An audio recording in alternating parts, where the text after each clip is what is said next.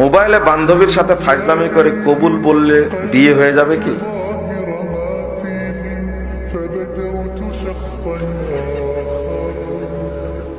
কি বললেন? মোবাইলে বান্ধবীর সাথে ফাজলামি করে কবুল বললে বিয়ে হয়ে যাবে? প্রথমত মোবাইলে বান্ধবীর সাথে কথা বলাই হারাম। ফাজলামি করলেন কত না? তওবা তওবা, আস্তাগফিরুল্লাহ, আস্তাগফিরুল্লাহ, আস্তাগফিরুল্লাহ। কথা বলাই হারাম, এটা হলো কাবিরা গুনাহ। আর ঈমানই নাই, এ ফতোয়া জানার কি দরকার?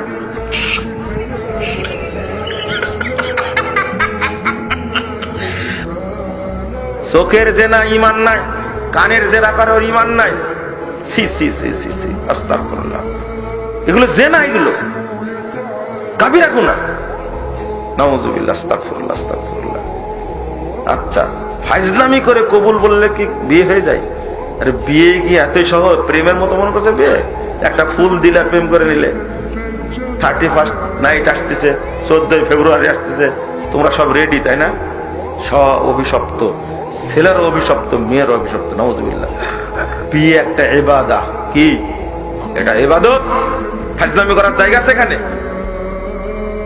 এখানে মেয়ের অভিভাবক থাকা আবশ্যক, দুইজন সাক্ষী থাকতে হবে। বিয়ে ফাজলামি, ফাজলামি কি করে হয়? বিয়েটা ফাজলামি করে কবুল কি করে হয়? না কোনো হুজুর ফতোয়া দিয়েছিল ভাই? হুজুর ছাড়া থেকে ফতোয়া দিবেন এরকম?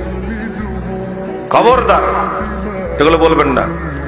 ফাজলামি করে কখনো কোনো ইবাদত হয় না। এটা বাংলাদেশের ইসলামের মত মনে করছেন? এটা আল্লাহর ইসলাম এরকম না, বুঝতে হবে। এই ফতোয়া দিয়ে যদি কোন নারী পুরুষ এইভাবে জিনায় লিপ্ত হয়, তাহলে অবস্থা খারাপ হয়ে যাবে। কিন্তু নাউযুবিল্লাহ, আস্তাগফিরুল্লাহ, আস্তাগফিরুল্লাহ, আস্তাগফিরুল্লাহ। বিয়ের জন্য শর্ত, মেয়ের বাবা থাকা লাগবে, মেয়ের অভিভাবক থাকা লাগবে, দুইজন সাক্ষী লাগবে, একজন ইমাম খুতবা দিবেন, আর এলান করতে হবে আমি বিয়ে করতে যাচ্ছি। আত্মীয় স্বজন জানবেন, এলাকাবাসী জানবেন যে মুজাফফর বিন মোহসিনের বিয়ে হচ্ছে। জানতে হবে আলিনু বিন নিকাহ, তোমরা বিবাহের ঘোষণা দাও।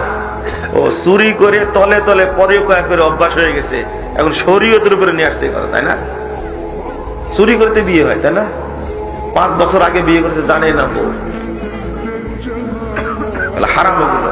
আলিনু বিন নিকাহ, বিবাহের ঘোষণা দিতে হবে, একবারে প্রকাশ্যে বিয়ে করতে হবে। এতগুলো থাকতে তো মোবাইলে চুপি চুপি হারাম কাজ করছে বলে কবুল বলে বিয়ে হয়ে গেল।